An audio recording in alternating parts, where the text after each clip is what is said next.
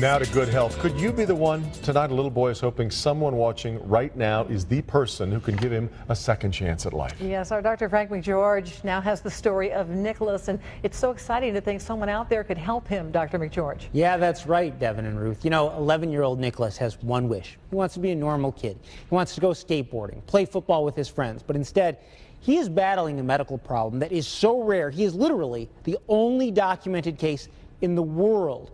And it is going to take the kindness of strangers to help him win this fight.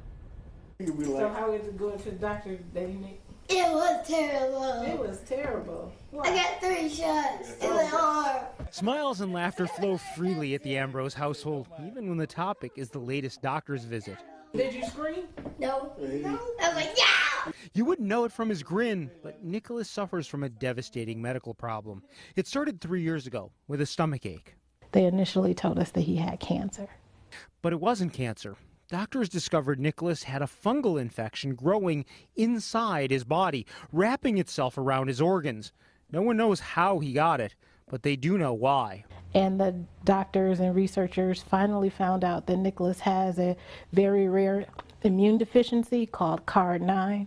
It's a problem no medicine can fix. You have to fix that genetic mutation, and that can only be done through a bone marrow transplant. But there's a huge challenge. Nicholas, unfortunately, in the registry does not have a match.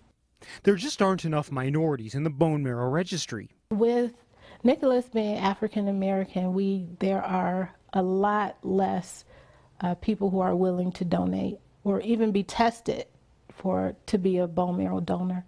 To be tested, all it is a swab of the mouth, and I think some people just don't know. Daddy, come on! His parents desperately hope someone can be Nick's hero. Deep down in your heart, just think of it as a family member in your family, and you want to help that family.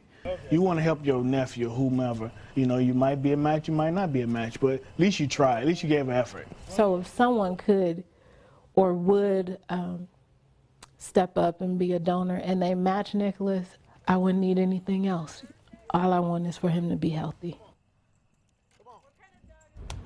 Now, to show you how simple it is to join the registry, all you have to do is take a cotton swab like this one, rub it inside of your cheek, nothing to it at all. It's really that simple. You then just drop it in, a little mailer, send it back to Be the Match, and it is all good. Yeah. So, this is something that's very simple. Obviously, you hope somebody's a match, and I'm on the registry, right. Have been for years, but yeah. I got to be honest, years ago when I got on it, I thought, it's a little daunting if somebody calls, because it used to be a really painful process, and that's changed now. Oh, yeah, absolutely. It used to be that we used to have to go to a special procedure room, basically like an operating room. Now, very simple. All you have to do is essentially donate blood. There are some medications that we give ahead of time to try and increase certain cell counts, but you're basically just giving blood. It spins off the cells that we want, the cell types that we want, and then you go back to your normal life. You feel essentially nothing afterwards. You may just be a little bit fatigued, but it's not the major procedure the needle that used to go into the bone. Exactly, that people were once thinking of. Not at all like that. Good clarification there for folks.